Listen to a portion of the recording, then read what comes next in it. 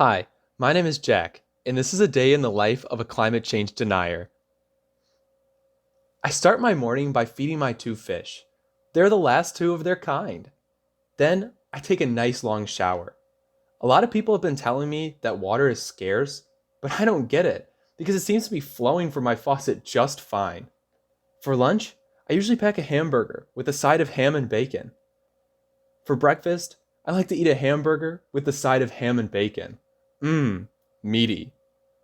After breakfast, I enjoy a nice cup of coffee. Coffee grows on trees, so deforestation to grow more coffee isn't actually deforestation, right?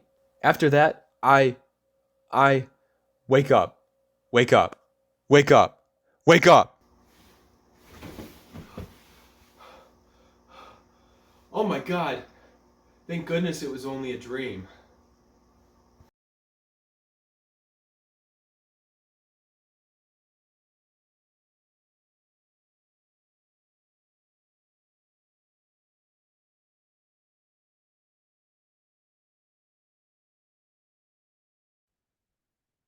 Hello, my name is Douglas, and today I had the opportunity to interview the world's newest climate documentary director, Jack Hines, about his new film, A Day in the Life of a Climate Change Denier.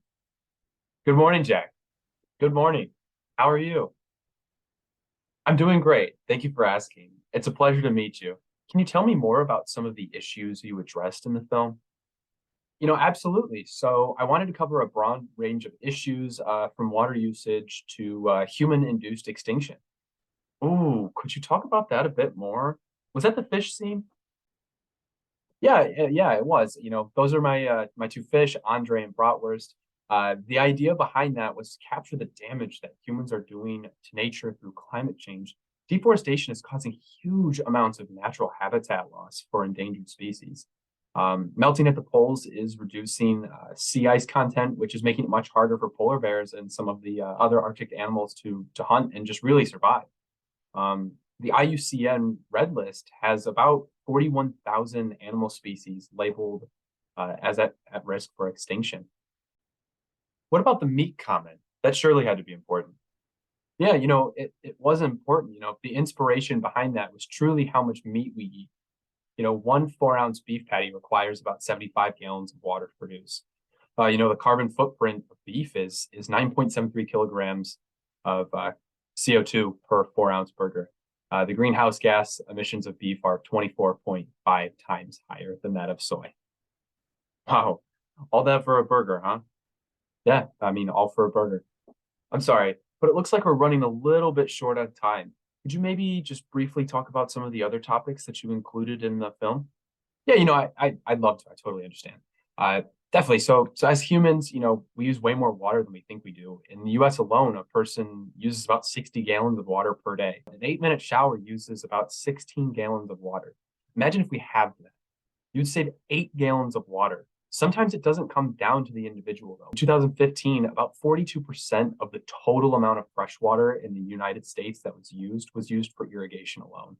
Something I was personally wondering is, did the ending have a deeper meaning to it? What did you mean by be different, make change? And what would you say to the people who say it's too late? Yeah, so be different, make change. And these changes really don't have to be big. We imagine this as like these huge things. Oh my God, you need to give up meat right now, immediately. Oh my God, you can never use a single piece of plastic again. And it's truly not like that. Really, all you have to do right now is to just minimize. If we just minimize, it'll make a huge impact, and then we can go from there. And then, to those who may think it's too late, it's really not too late. Think of it this way: if you were about to get into a life-ending car crash, and you had plenty of time to hit the brakes and survive, would you hit the brakes or would you just speed up? Very well. I thoroughly enjoyed your film, and obviously so did over a trillion other people. Thank you for coming on the show. It's been a pleasure to talk with you. Yeah, thank you. No, it's been a pleasure. And thanks again for having me.